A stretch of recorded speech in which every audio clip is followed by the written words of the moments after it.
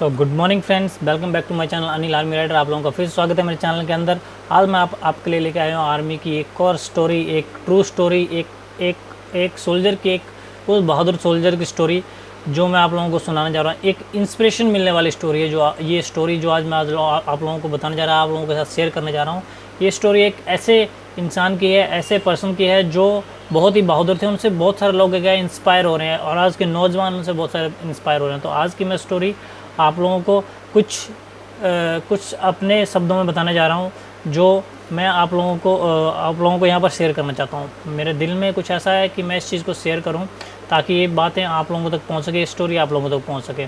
तो मैं आपको बता दूँ कि इंडियन आर्मी जो है ब्रेवरी स्टोरी के बारे में आप लोगों को बताने जा रहा हूँ, जो एक इंस्पिरेशनल आर्मी स्टोरी है जो हर एक नौजवान की नहीं बल्कि हर एक भारतीय को पढ़नी चाहिए ताकि हर एक को आर्मी की बहादुरी की सीमा का एहसास हो सके।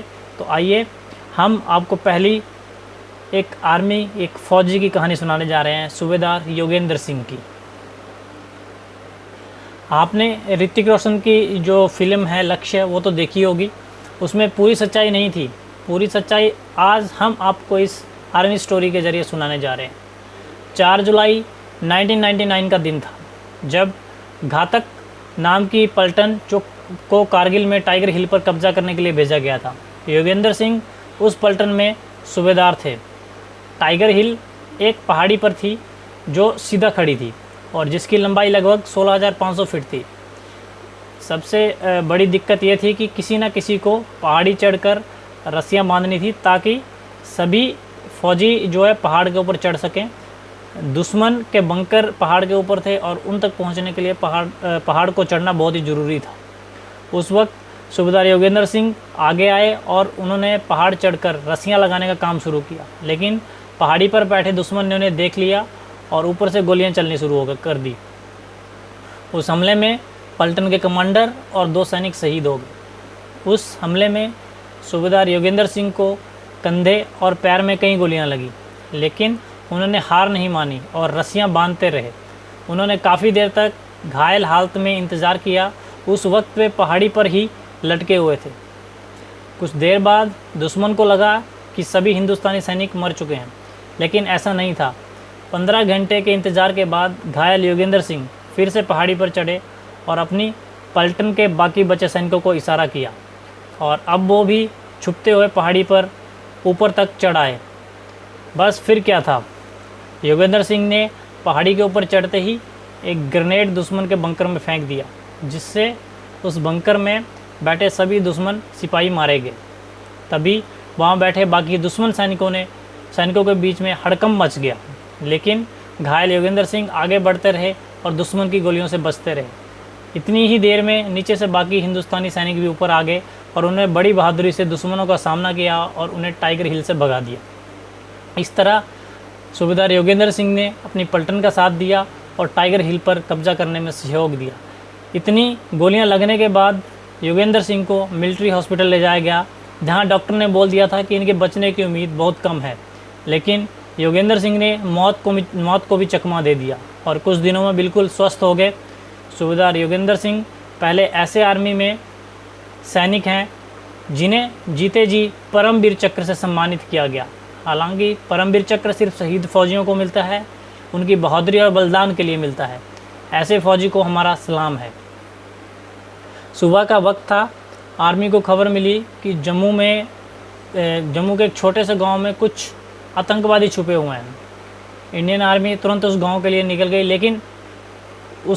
लेकिन किसी ने उन आतंकियों को पहले से खबर दे दी थी कि इंडियन आर्मी को पता चल गया है कि अब वो आतंकी उस गांव से भागने की कोशिश कर रहे थे, तो इंडियन आर्मी के जवानों ने घेर लिया और कई आतंकियों को मार गिराया। लेकिन किसी तरह उन आतंकियों का जो है कमांडर बच गया। वो गांव में एक घर में घुस गया। उस घर में एक छोटा बच्चा था। उस आतंकी ने उस बच्चे के सिर पर बंदूक रखकर आर्मी के जवानों को चेतावनी दी कि उसका रास्ता छोड़ दे, वरना वो बच्चे को मार देगा। आर्मी वाले बच्चे की सुरक्षा किसी भी कीमत पर चाहते थे। आर्मी के एक अफसर ने उस आतंकी को कहा कि वो वहाँ से चला जाए, लेकिन बच्चे को छोड़ दे, लेकिन वो आतंकी नहीं माना और बंदूक उस बच्चे के सिर पर रखे बैठा रहा। इसी बीच आर्मी ने बड़े चुपके से एक स्नाइपर को बुला लिया। स्नाइपर था जो उसको बुला लिया और उसे आदेश दिया कि सही वक्त का इंतज़ार करे और गोली चलाए, क्योंकि बच्चे की जान सबसे कीमती है। स्नाइपर उस आतंकी से 400 से 500 मीटर की दूरी पर एक घने पहाड़ पर मौजूद थे।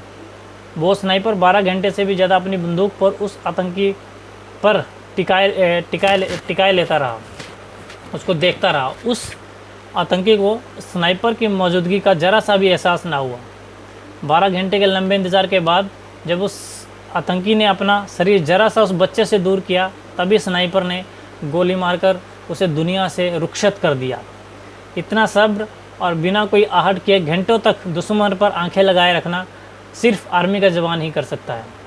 ऐसे वीर जवानों के साहस को हमारा नमन है। हमारी कामना है कि इस साल एक भी फौजी शहीद ना हो। और दोस्तों, जो इंडियन आर्मी की ब्रेवरी की जो कहानी है, जो हमें इन स्टोरियों से इंस्पिरेशन मिलता है, वो हमारे दिल को छू लेता है। तो मुझे ज़रूर कमेंट करके बताएं और शेयर करना ना भूलें कि आप लोगों को मेरे जो ये मोटिवेशनल स्टोरीज़ हैं, जो ये ओरिजिनल स्टोरीज़ हैं, जो हमारे इंडियन आर्मी की स्टोरीज़ हैं, कैसी लग रही हैं। तो आज के लिए इतना ही। जय हिंद, जय भारत, वंदे मातरम।